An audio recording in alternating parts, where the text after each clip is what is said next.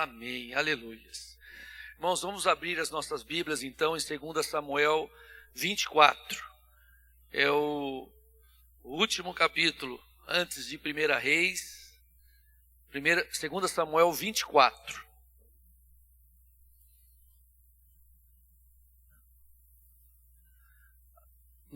A nossa ministração desta noite, ela vai se concentrar mais, ou vai estar mais baseada nos versículos 10 a 17, mas a nossa igreja ultimamente, os nossos pastores têm tido o bom hábito de fazer uma leitura mais completa do texto da palavra que vai ser ministrado. Então nós vamos ler o capítulo todo, embora nós estaremos meditando basicamente em cima dos textos, de versículo 10 a 17. Amém? Todos encontraram? Amém? Então vamos ler 2 Samuel 24. Tornou a ira do Senhor acender-se contra os israelitas, e ele incitou a Davi contra eles, dizendo: vai, levanta o censo de Israel e de Judá. Disse, pois, o rei a Joabe, comandante do seu exército: percorre todas as tribos de Israel, de Dan até Berseba, e levanta o censo do povo para que eu saiba o seu número. Então disse Joabe ao rei: ora, multiplique o Senhor teu Deus a este povo 100 vezes mais, e o rei meu senhor o veja. Mas por que tem prazer nisto o rei meu senhor? Porém a palavra do rei prevaleceu contra Joabe e contra os chefes do exército. Saiu, pois, Joabe com os chefes do exército da presença do rei a levantar o censo do povo de Israel. Tendo eles passado o Jordão, acamparam-se em Aroer, à direita da cidade que está no meio do vale de Gade, e foram a Jazer. Daqui foram a Gileade e chegaram a Tecades, na terra dos heteus. Seguiram a Dan, Jaã, e viraram-se para Sidom. Chegaram à fortaleza de Tiro e a todas as cidades dos heveus e dos cananeus, donde saíram para o Neguebe de Judá a Berseba. Assim percorreram toda a terra, e ao cabo de 9 meses e 20 dias chegaram a Jerusalém. Deu Joabe ao rei o recenseamento do povo. Havia em Israel 800.000 homens de guerra que puxavam da espada, e em Judá eram 500.000. Sentiu Davi bater-lhe o coração, depois de haver recenseado o povo, e disse ao Senhor: muito pequei no que fiz. Porém agora, ó Senhor, peço-te que perdoes a iniquidade do teu servo, porque procedi muito loucamente. Ao levantar-se Davi pela manhã, veio a palavra do Senhor ao profeta Gade, vidente de Davi, dizendo: vai e dize a Davi: assim diz o Senhor, 3 coisas te ofereço, escolhe uma delas para que te faça. Veio, pois, Gade a Davi e lhe fez saber, dizendo: queres que 7 anos de fome te venham à tua terra? Ou que por 3 meses fujas diante de teus inimigos e eles te persigam? Delibera agora e vê que resposta hei de dar ao que me enviou.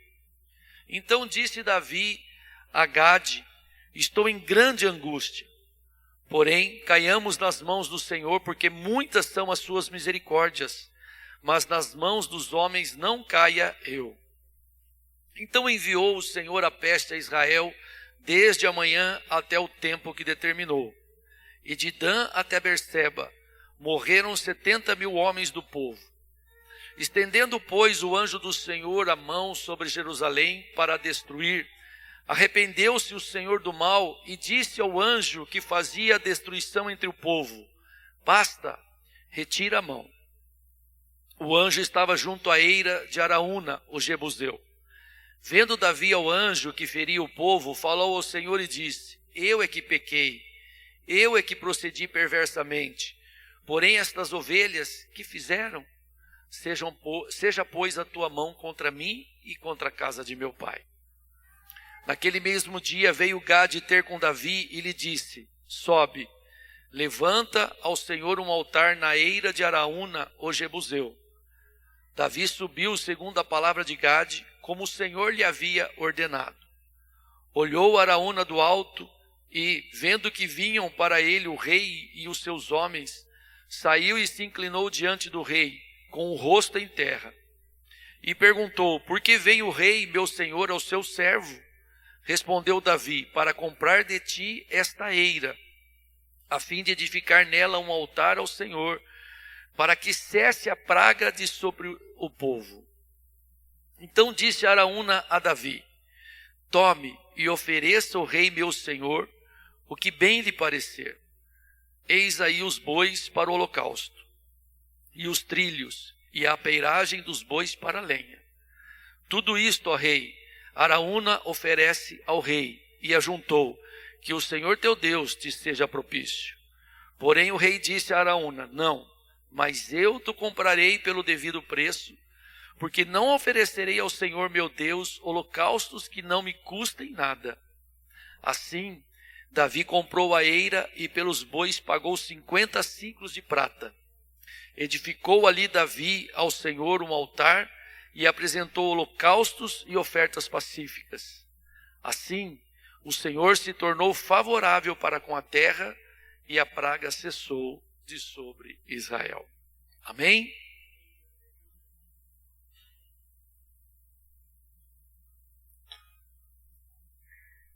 O tema da mensagem de hoje é arrependimento e vida. E tem algumas coisas que eu gostaria de compartilhar com os irmãos nesta noite, eu gostaria de colocar para nós estarmos meditando. A primeira questão aqui, essas coisas que eu quero meditar, eu fiz por meio de questões.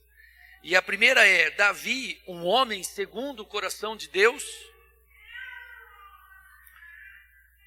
A segunda questão que eu quero meditar com os irmãos nesta noite é: o que isto aqui que nós lemos tem a ver com o Setembro Amarelo?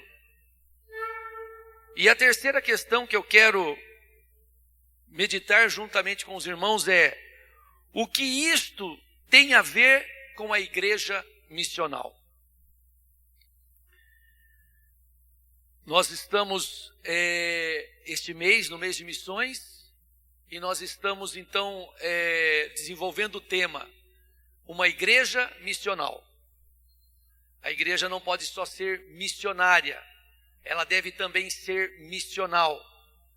E nós sabemos que a igreja missional não é somente aquela que manda missionários, que ampara, que apoia, que envia missionários para pregar. E isto é ser uma igreja missionária. Mas uma igreja missional é aquela que vive a evangelização.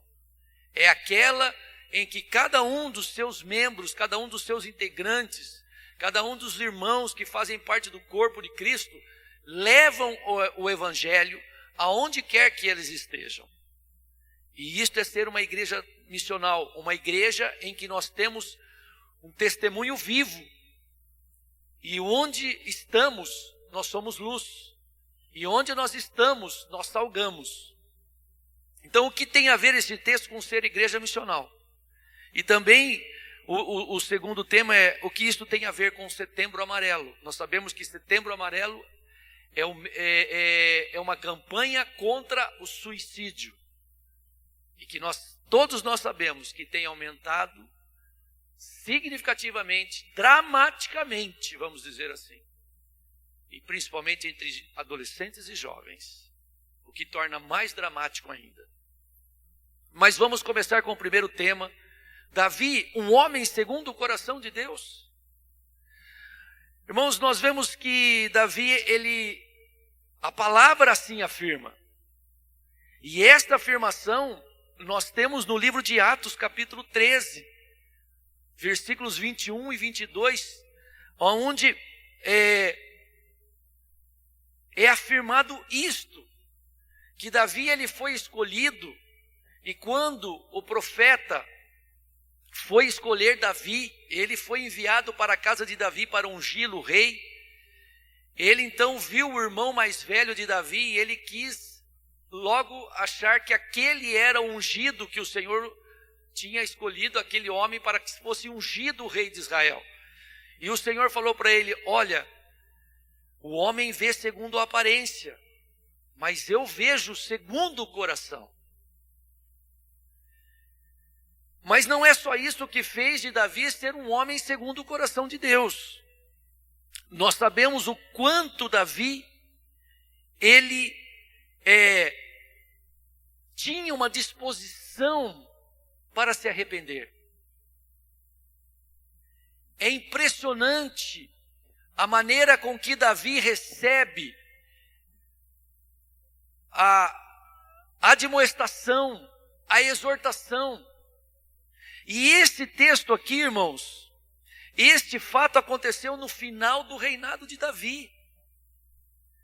Então, se nós pararmos e começarmos a meditar um pouquinho no contexto, nós estamos diante de um rei já que estava no fim do seu reino e, portanto, um homem que tinha uma experiência toda de vida muito grande com Deus. Nós estamos falando aqui de um homem que já era um ancião. Nós estamos aqui diante de um homem que Deus tinha escolhido e Deus o tinha exaltado sobre o seu povo. E não só sobre o seu povo, mas sobre todos os povos que estavam ao redor de Israel, eram submissos a Davi. Ele diz ali no Salmo 18 e no capítulo 22 desse livro de 2 Samuel, ele diz que povos que não me conheceram se submeteram a mim. Era um homem que tinha um domínio, e Deus o tinha exaltado de uma maneira grandiosa. E nós vemos que ele aqui, ele errou, ele pecou, mas no momento em que ele antes mesmo dele ser advertido, antes mesmo dele ser exortado pelo profeta, diz aqui no versículo 10, sentiu Davi bater-lhe o coração, depois de haver recenseado o povo, e disse ao Senhor: muito pequei no que fiz, porém agora, ó Senhor, peço-te que perdoes a iniquidade de teu servo, porque procedi muito loucamente. Irmão, perceba que Davi, ele tinha, apesar da sua idade, apesar da sua experiência, apesar da sua posição que ele tinha, o coração de Davi, ele não estava cheio de orgulho, cheio de prepotência, a ponto dele ficar insensível aos seus erros e aos seus pecados. E certamente esta é uma das coisas que fez de Davi um homem segundo o coração de Deus. Ele sentiu no coração. Ele diz que ele sentiu o seu coração bater, ou seja, foi algo que uma convicção de pecado que Davi está querendo expressar aqui. É isto que o texto está nos passando. Quando ele diz aqui, sentiu Davi bater-lhe o coração, ele está dizendo aqui, olha, Davi teve claramente uma convicção de que ele tinha pecado. E ele, tanto que ele diz no final, né, eu pequei e procedi muito loucamente. Irmãos, daqui nós podemos tirar uma lição maravilhosa para nós. Maravilhosa. Irmãos, será que nós pecamos hoje? Será que nós pecamos? No domingo, hoje, desde a hora que nós acordamos até agora, será que nós cometemos algum pecado? Entende o que eu estou falando? E será que isto nos incomodou? Porque com certeza nós pecamos. Nós cometemos vários pecados só neste dia. Com certeza. Eu não preciso pedir aqui, quem que pecou aqui? Eu sei que todos nós vamos levantar as mãos juntos. Mas, será que nós temos um coração como o de Davi, que sente uma convicção de pecado pesar no seu coração? Ou será que nós pecamos, irmãos, e nós já nem percebemos mais? Ou será que para nós é indiferente? O nosso coração já está num estágio em que, quando você peca, ou quando eu peco, isso já não me incomoda mais. Davi era um ancião, e ele tinha um coração em que ele estava em sintonia com o Espírito Santo de Deus. E isto já acendia um alerta no coração dele, e isto já o fazia buscar o arrependimento, buscar a contrição. Nós temos nos arrependido dos nossos pecados, irmãos. Nós temos tido convicção de pecado. Porque é isto que faz de Davi ser um homem segundo o coração de Deus. No momento em que ele sentiu que ele cometeu um pecado, ele já tinha essa convicção no seu coração. E isto o fazia buscar o Senhor. Davi, da sua posição, da sua altura, na condição que Deus o colocou, ele se vestia de saco e de cinza. Ele punha a boca no pó. E ele não ficava justificando o seu pecado. Ele chegava diante do Senhor e ele confessava.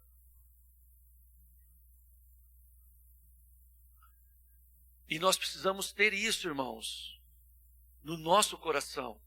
A vida do cristão é uma vida de arrependimento. A disciplina do arrependimento, irmãos, não é algo que acontece uma vez na nossa vida. Porque, como nós falamos aqui no início, nós hoje sabemos o quanto nós pecamos só nesse dia. Embora nós não vivamos mais sob o domínio do pecado. Embora nós não vivamos mais com o propósito de estarmos aqui para pecar deliberadamente, numa atitude de rebeldia ao Senhor, de indiferença aos seus ensinamentos, de indiferença ao Evangelho de Cristo e aquilo que Ele fez por nós na cruz do Calvário. Nós temos que ter essa mesma atitude. O arrependimento é essencial na vida do cristão. É impossível o cristão viver sem ter a disciplina do arrependimento sendo aplicada dia após dia na sua vida. Nós temos aqui situações da palavra, tem um comentário de Lutero, certa vez foi perguntado quais eram os salmos que ele mais se identificava, que ele gostava de ler. Normalmente nós temos isso, nós temos salmos que nós gostamos de ler.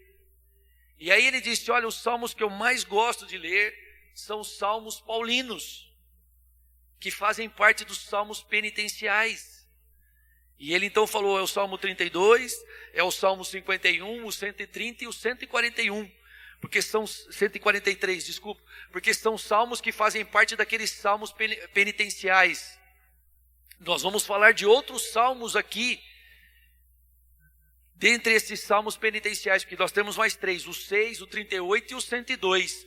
São 7 salmos que são chamados de salmos penitenciais. Salmos de confissão de pecados, salmos de contrição diante do Senhor.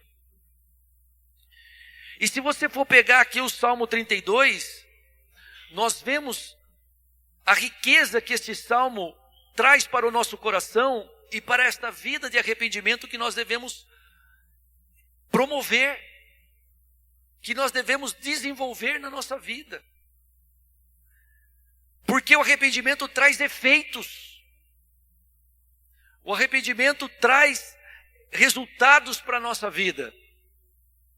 E o Salmo 32, ele diz assim, primeira coisa que o Salmo 32 ele promove para aquele que se arrepende, a felicidade. Você quer ser feliz? Você quer ser feliz, verdadeiramente feliz? Arrependa-se.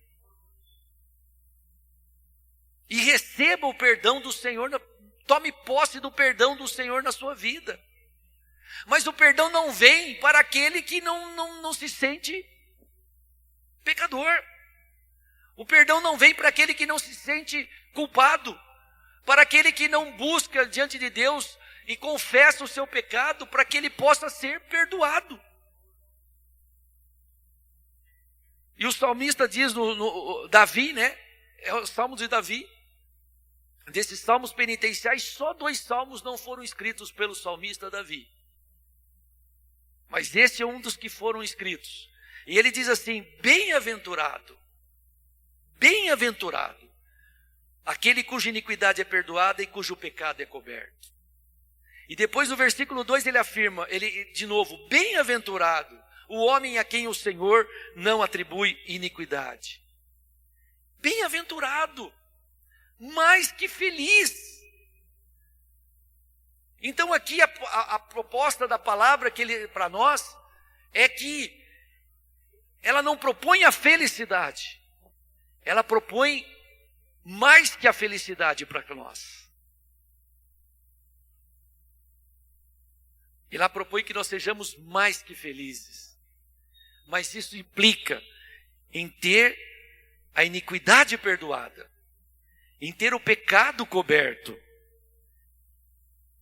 e ser alguém a quem Deus não atribui iniquidade. É um efeito do arrependimento, irmãos.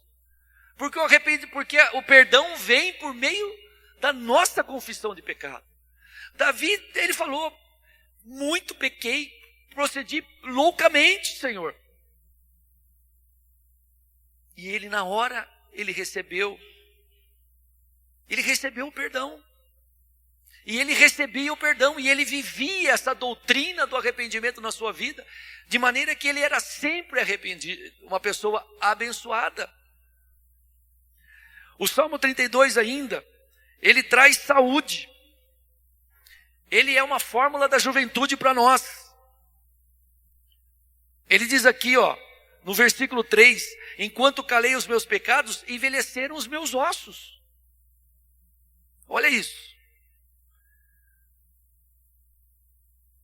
Enquanto não nos arrependemos, enquanto não recebemos o perdão de Deus, por meio do nosso arrependimento, da nossa confissão de pecado, não tem como o Senhor promover esta restauração na nossa vida. E aí vem as doenças. Não estou dizendo que toda doença é consequência de pecado. Mas há sim doenças que advêm da não confissão, do não arrependimento.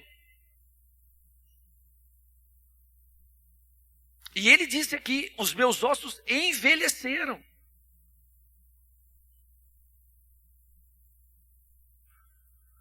O Salmo 32 diz ainda que nós somos revigorados. Porque ele diz aqui no versículo 4, porque a tua mão pesava dia e noite sobre mim, e o meu vigor se tornou em sequidão de estio. O pecado traz desânimo, o pecado traz abatimento, o pecado traz frustração, o pecado traz derrota.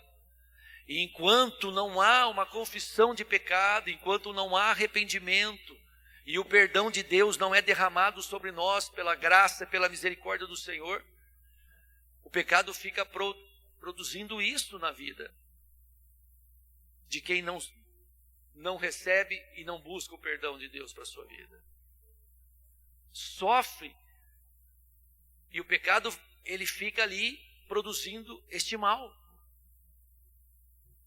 Quer ter vigor, quer ser renovado, quer ser restaurado, arrependa-se a cada dia, confesse os seus pecados. E ele traz também reconciliação com Deus.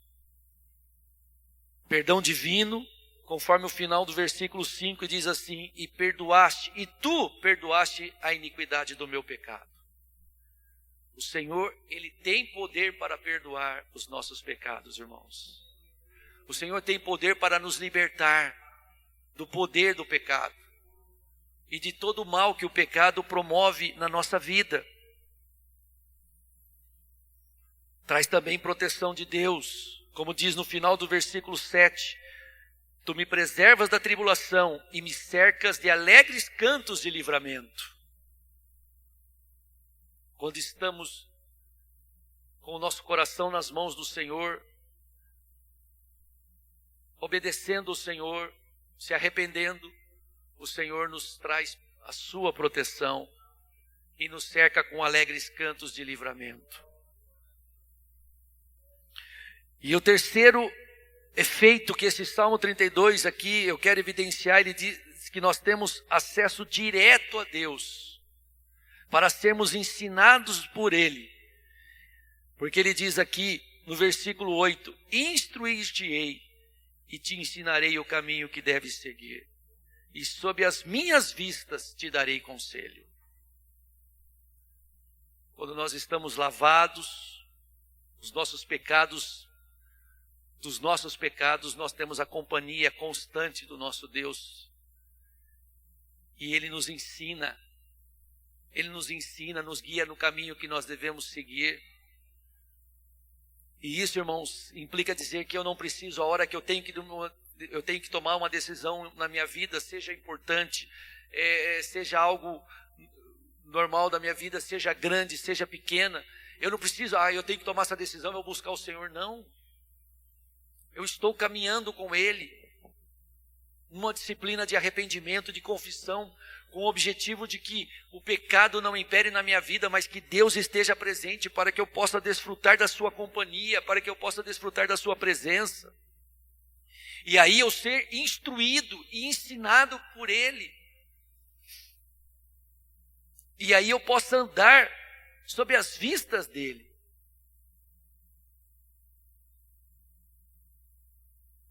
Porque é só isso que pode separar o homem de Deus, irmãos. O pecado. É só isso que pode separar. E Deus proveu um meio para quebrar esta separação, para desfazer esta separação. Nós precisamos receber, para que não vivamos mais sob o domínio do pecado. Em Romanos 4, irmãos, versículos de 1 a 8, ele nos mostra a maravilhosa graça de Deus sobre nós. Ele nos mostra quão grande é isto que o Senhor faz em nossa vida. Ele diz assim, que pois diremos ter alcançado Abraão, nosso pai, segundo a carne? Porque se Abraão foi justificado por obras, tem de que se gloriar, porém não diante de Deus, pois que diz a Escritura, Abraão creu em Deus e isto lhe foi imputado para a justiça. Ora, ao que trabalha, o salário não é considerado como favor, e sim como dívida. Mas ao que não trabalha, porém crê naquele que justifica o ímpio, a sua fé lhe é atribuída como justiça. E é assim também que Davi declara ser bem-aventurado o homem a quem Deus atribui justiça, independentemente de obras. Bem-aventurados aqueles cujas iniquidades são perdoadas e cujos pecados são cobertos. Bem-aventurado o homem a quem o Senhor jamais imputará pecado. É exatamente este Salmo 32 que Paulo está usando aqui para desenvolver a salvação pela graça e o perdão pela graça.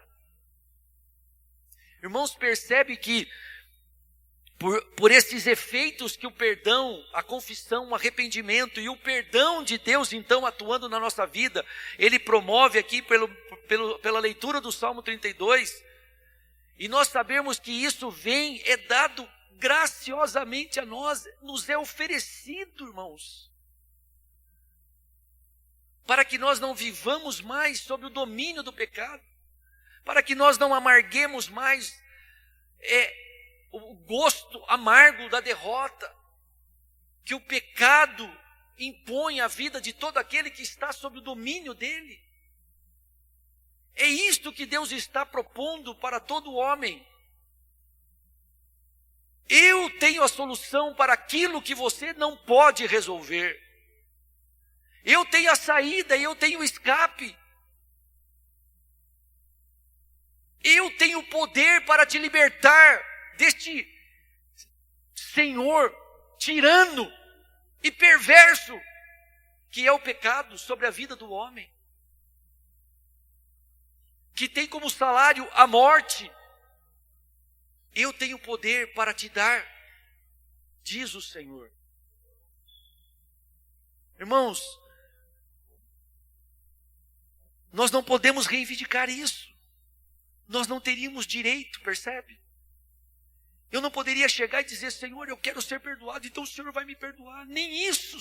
Nada que eu fizesse me daria direito de ser perdoado, mas Ele nos ofereceu graciosamente o perdão. E nós vivemos justificados, perdoados, lavados, regenerados no sangue do Cordeiro. O sangue que Cristo derramou na cruz do Calvário pagou o preço. Não precisamos mais viver sob a acusação do diabo. Por que quando o diabo vem nos acusar, nós nos intimidamos? Só tem uma resposta. Porque nós não vamos ao trono da graça. Não nos arrependemos. Porque se nós, quando nos arrependemos, como Davi se arrependia, não há acusação do diabo contra nós mais. E ainda que ele continue nos acusando, nós não nos intimidaremos diante da acusação dele. A nossa consciência não pesa mais, irmãos. Não há mais cadeia que nos prendem, aquele jugo pesado do pecado e do diabo sobre as nossas vidas. É libertação, é liberdade total, completa e absoluta daquilo que nos escravizava, daquilo que nos destruía, daquilo que nos levava para a morte e para a separação total, absoluta e eterna do nosso Senhor e Salvador e do nosso Deus Criador. Por que não desfrutar de tão grande amor? Por que desprezar tão grande salvação? É loucura. É loucura desprezar isto.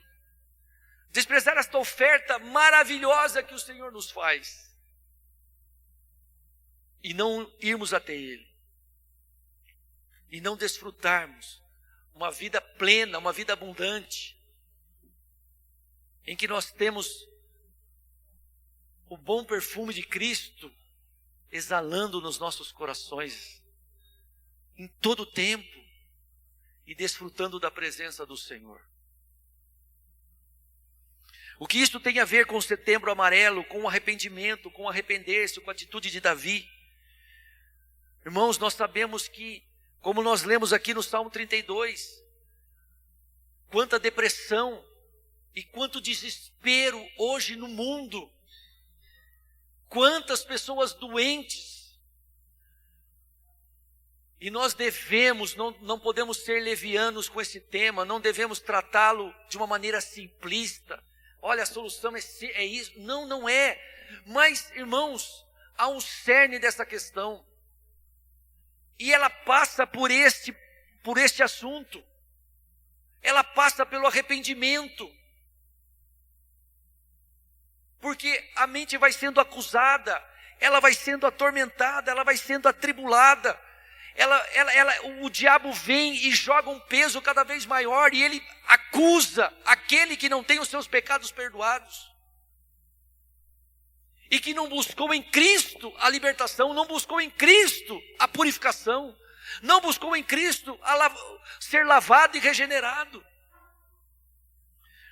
O Salmo 6, que é um dos salmos penitenciais, ele diz assim, no versículo 1, Senhor, não me repreendas na tua ira, nem me castigues no teu furor. O versículo 5 diz assim, pois na morte não há recordação de ti, no sepulcro quem te dará louvor? Irmãos, perceba que Davi aqui, ele está sentindo uma angústia, ele está sentindo uma tristeza profunda. Ele está sentindo algo que eu creio que muito suicida sente. Mas por que Davi não pensou em dar cabo da sua vida? Porque ele estava diante do trono. Ele estava derramando o seu coração diante daquele que podia libertá-lo, que podia lavá-lo, que podia santificá-lo, que podia derramar o seu sangue sobre ele. Esse é o desespero de um suicida, quando ele não busca diante do trono. É assim que se sente uma pessoa que pensa dar cabo da sua vida. Não genericamente, mas muitas vezes esta é a causa. O Salmo 38:10, que é outro salmo penitencial também, quando Davi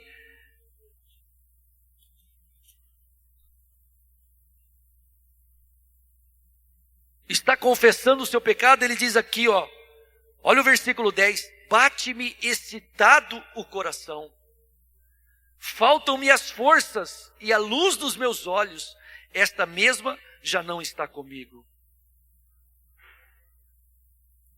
Bater o coração de Davi batia diferente, a convicção de pecado vinha sobre ele quando ele pecava, irmão. Ele não estava anestesiado, ele não estava indiferente.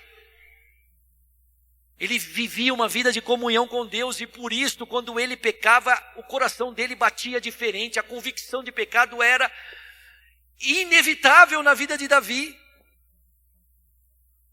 E aí ele diz aqui no versículo 18 desse salmo: confesso a minha iniquidade, suporto a tristeza por causa do meu pecado. É o desespero pelo pecado, mas um desespero apresentado diante do trono da graça, diante daquele que tudo pode, daquele que tem a resposta para nós, daquele que, quando nós apresentamos a Deus e diz: Senhor, pequei, como fazemos como Davi, Senhor, eu confesso a Ti o meu pecado, o Senhor nos apresenta a sua cruz, a cruz do Calvário, para desfazer toda a inimizade. Para isto Cristo morreu, e para nos reconciliar consigo mesmo, Deus Pai entregou o seu Filho naquela cruz. O Salmo 143, 3 e 4, ele diz assim: pois o meu inimigo me tem perseguido a alma, tem arrojado por terra a minha vida, tem me feito habitar na escuridão, como aqueles que morreram há muito. Por isso dentro de mim esmorece o meu espírito, e o coração se vê turbado. Sabe quem que é o nosso inimigo aqui? Esse inimigo que Davi está dizendo aqui, no versículo 3, pois o inimigo me tem perseguido a alma, é o inimigo das nossas almas.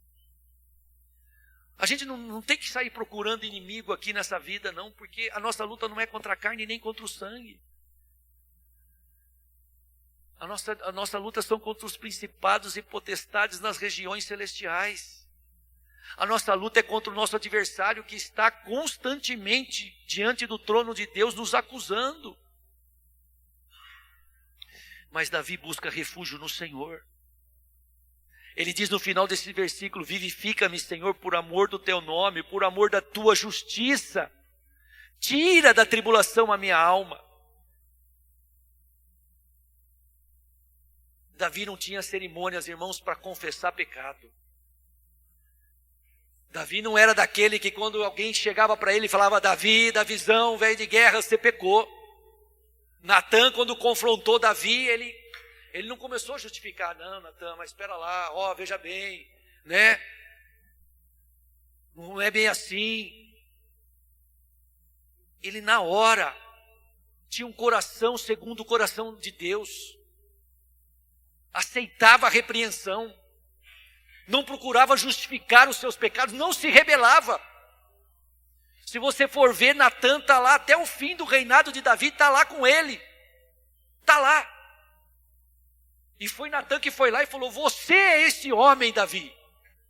Você é que foi o homem que tirou de quem não tinha. E você é digno de morte, Davi. E Davi não virou a cara para Natan, não. Você vai ler lá nos finais, lá no primeiro capítulo de 1 Reis, você vai ver que Natã está lá junto com Betseba, colocando Salomão no trono. E Davi ouvindo Natã. Ele se humilhava. E ele confessava os seus pecados. Este é o segredo de Davi. A gente volta para Romanos 5:1 e a palavra do Senhor diz assim, aquele, justificados, pois, mediante a fé, temos paz com Deus por meio de Jesus Cristo, por meio do nosso Senhor Jesus Cristo.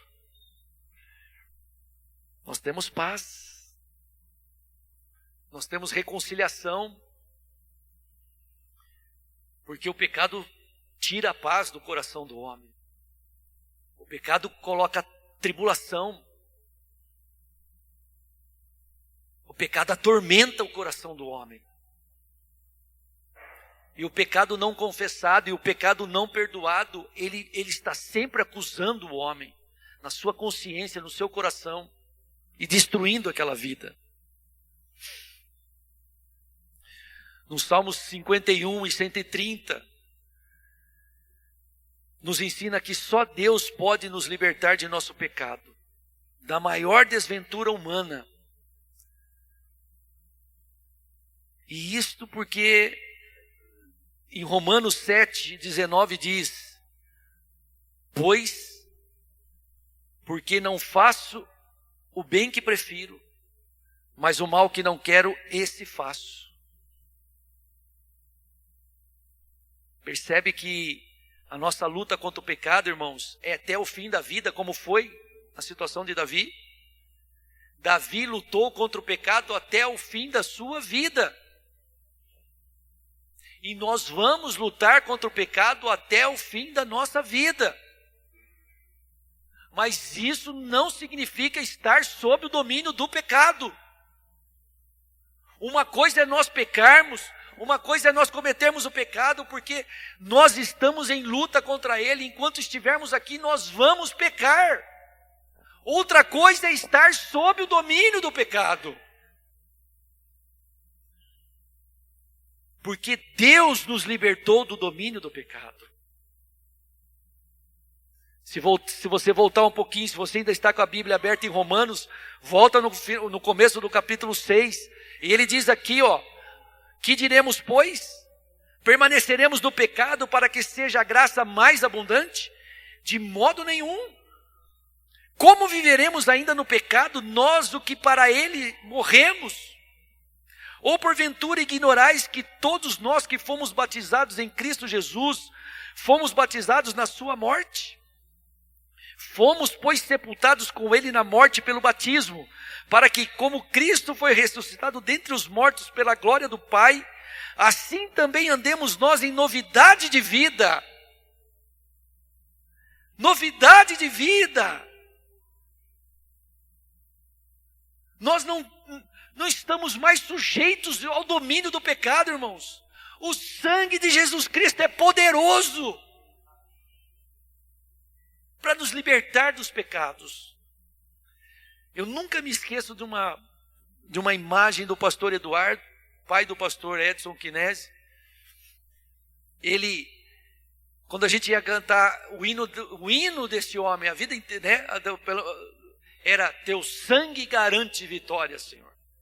Irmãos, e que como era um testemunho para nós, como era gostoso ver o pastor Eduardo cantar esse hino. O entusiasmo daquele homem com mais de 80 anos de idade, ele cantando, o teu sangue garante vitória, Senhor. Eu fui comprado por um preço muito alto. Este preço foi o sangue derramado lá na cruz por Jesus. O teu sangue garante vitória. Quer vitória, meu irmão? Busque no sangue do Cordeiro. Viva a disciplina do arrependimento, desenvolva, cultive o arrependimento na tua vida, para que você não viva sob o domínio do pecado, escravo do pecado, porque está aqui a palavra nos afirmando que nós morremos para ele, e por isso não temos mais que viver sob o domínio do pecado, Mas, ao contrário, nós podemos viver em novidade de vida.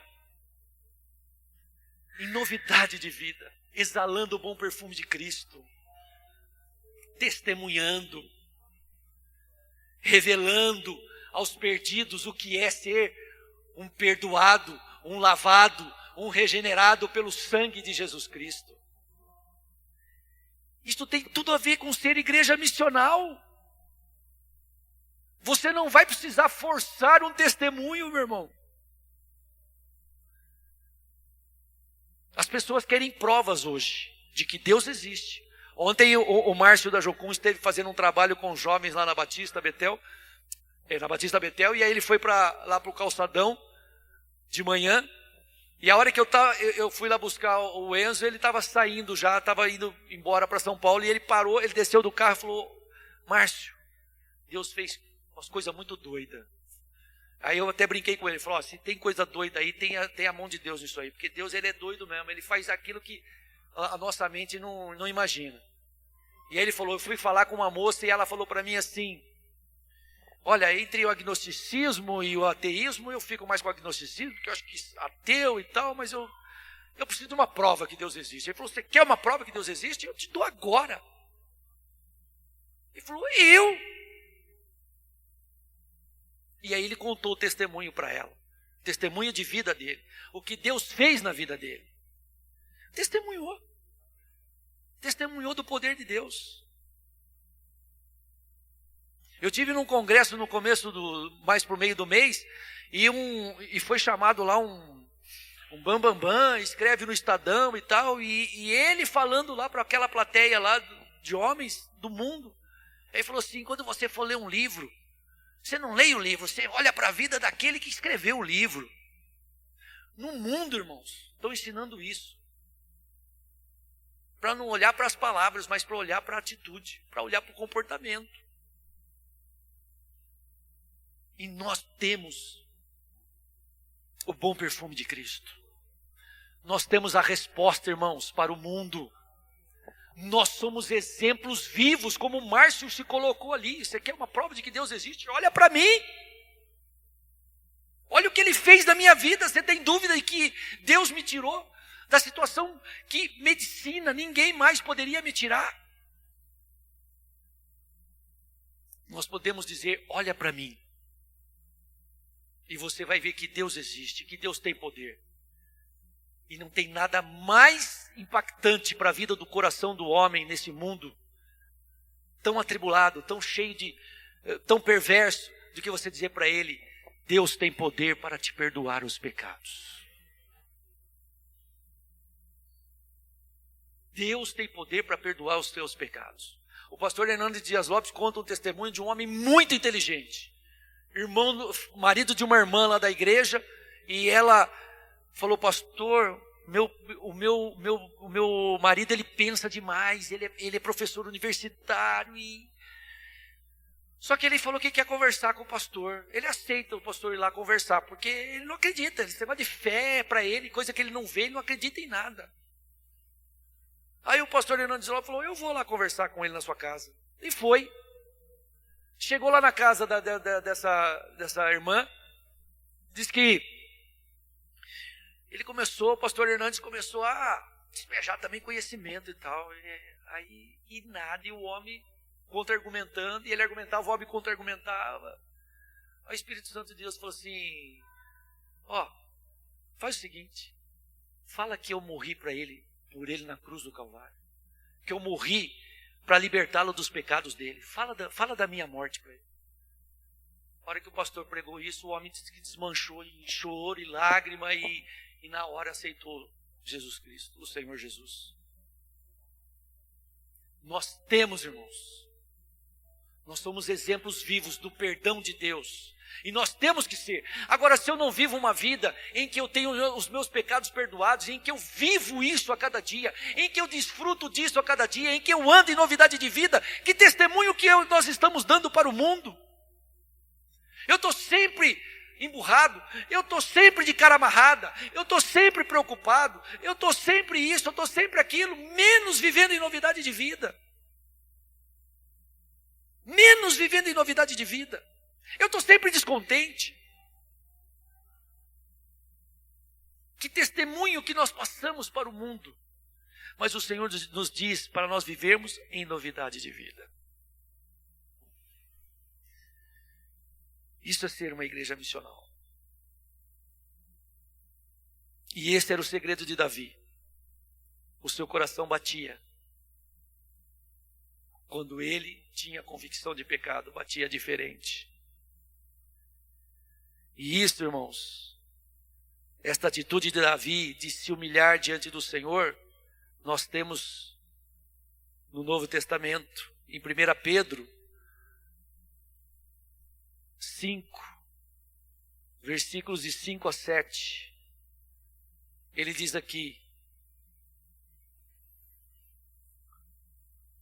rogo igualmente aos jovens, sede submissos aos que são mais velhos. Outrosim no trato de uns com os outros, cingivos todos de humildade. Porque Deus resiste aos soberbos, contudo, aos humildes concede a sua graça. Humilhai-vos, portanto, sobre a poderosa mão de Deus, para que ele em tempo oportuno vos exalte, lançando sobre ele toda a vossa ansiedade, porque ele tem cuidado de vós. Confissão de pecado, irmãos, ela implica em se humilhar sob a potente mão de Deus. Porque é confessar a nossa fraqueza, é confessar a nossa falibilidade, o quão falhos somos, quão fracos somos diante do pecado. Mas é esta atitude que o Senhor espera para que Ele possa operar o perdão sobre nós.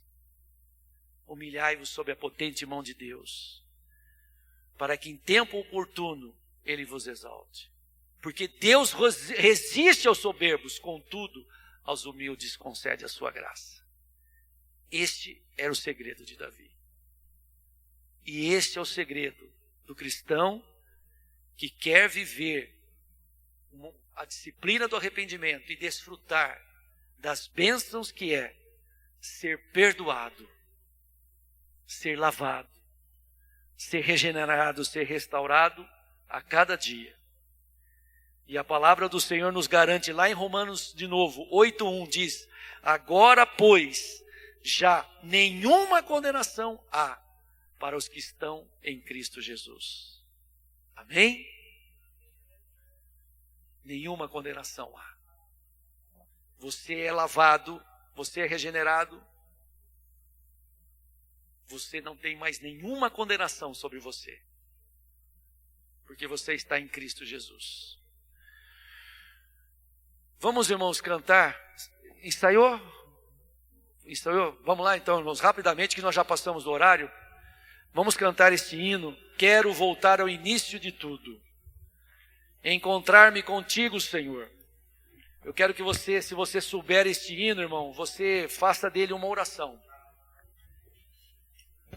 E assuma o propósito diante de Deus de viver uma vida de arrependimento. Vamos ficar em pé, por favor. Aleluia.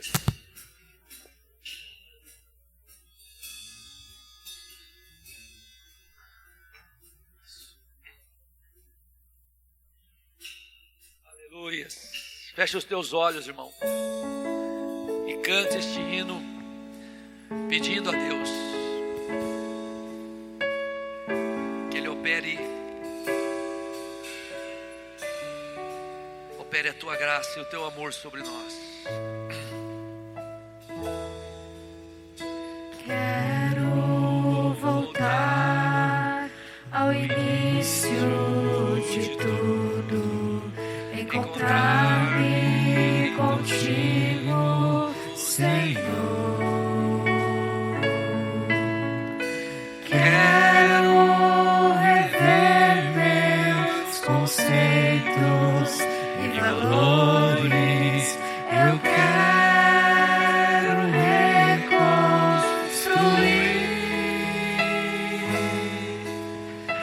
Vou regressar ao caminho. Vou ver as primeiras horas.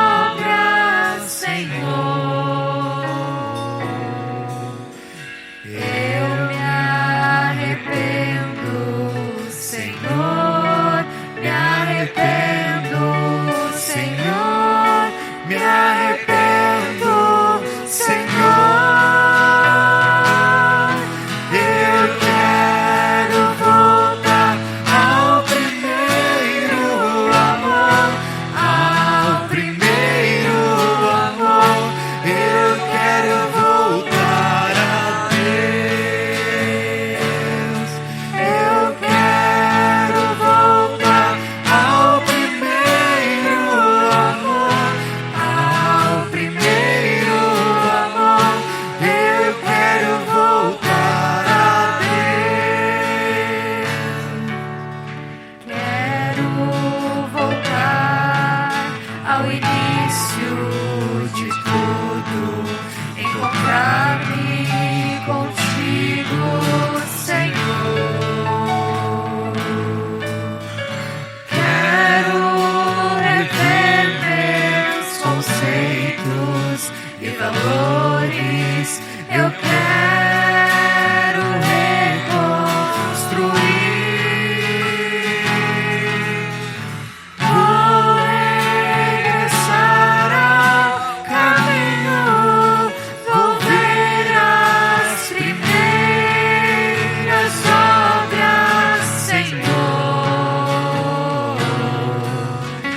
Eu me arrependo, Senhor, me arrependo, Senhor, me arrependo, Senhor. Eu quero voltar ao primeiro amor, ao primeiro amor. Eu quero voltar a Deus. Eu quero voltar ao primeiro amor, ao primeiro amor. Eu quero voltar a Deus. Agora, enquanto os instrumentos vão estar tocando bem baixinho, eu quero que você esteja orando pela sua vida. Coloque a sua vida diante do Senhor agora. Peça a Deus, que Deus te ilumine, que Deus te mostre o que você deve fazer. Mas não deixe de orar, irmão, não deixe de clamar. O Senhor está presente neste lugar e o Senhor está ouvindo a tua oração. Se você quer viver em novidade de vida, se você quer viver uma vida para Cristo, consagrada a Ele, andando em Espírito e vivendo em Espírito, ore agora ao Senhor isto, peça isto agora ao Senhor. Peça que o Senhor venha operar, derramar o seu sangue sobre a sua vida, sobre a sua casa, sobre o seu lar. Esteja orando agora em nome de Jesus. A hora que eu pedir, nós vamos voltar no que quero voltar, tá?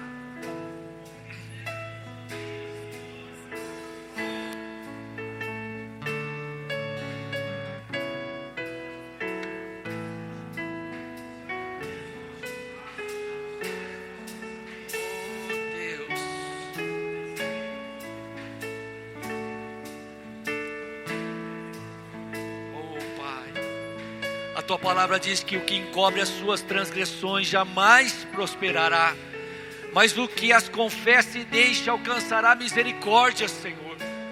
E é isto que nós queremos, Pai. Nós não queremos, Senhor, ser como o peregrino, Pai, que andava com o fardo do pecado, Senhor. Oh Deus, mas nós queremos deixar, Senhor. O Senhor nos faz um convite nesta noite: vinde a mim todos os que estáis cansados e sobrecarregados, e eu vos aliviarei. Tomai sobre vós o meu jugo, porque o meu fardo é leve e o meu jugo é suave. Oh Pai, nós queremos nos desfazer do fardo do pecado nesta noite, Senhor. Queremos entregar aos teus pés, Jesus. Queremos pedir: entra na nossa vida, entra na nossa casa, Senhor. Entra no nosso coração, Senhor, e faça a tua obra, Pai. O Senhor derramou o teu sangue naquela cruz para que nós vivêssemos em novidade de vida, para que não fôssemos mais escravos do pecado. Pai, nós queremos desfrutar, Senhor. Nós queremos desfrutar da tua palavra, porque o Senhor não é homem para que minta, e nem filho do homem para que se arrependa. E o Senhor prometeu, o Senhor é poderoso para cumprir. O Senhor, Pai, vela pela tua palavra. O Senhor vela para cumpri-la, Pai. Oh Cristo, dá-nos do refrigério, Senhor, dá-nos da libertação. Dá-nos, Senhor, que andemos em novidade de vida, que vivamos, Senhor, desfrutando da tua alegria, Senhor, da alegria do perdão, ó Pai. Senhor, nós cremos em Ti, ó Pai, e nós Te tememos, Senhor, porque contigo está o perdão para que Te temamos. Por isto, Pai, recebe a nossa oração, Pai. Recebe o nosso coração diante do Teu trono. Queremos nos humilhar diante de Ti, Senhor, para podermos resistir o nosso adversário. Quando ele nos acusar, ó Pai, nós apresentarmos as marcas do sangue do Cordeiro sobre nós. E dizer: onde está, ó morte, a Tua vitória? Onde está o pecado, o Teu aguilhão? Porque tragada foi a morte pela vitória. Ao primeiro amor, ao primeiro amor, eu quero voltar a Deus. Eu quero voltar ao primeiro amor, ao primeiro amor, eu quero voltar a Deus.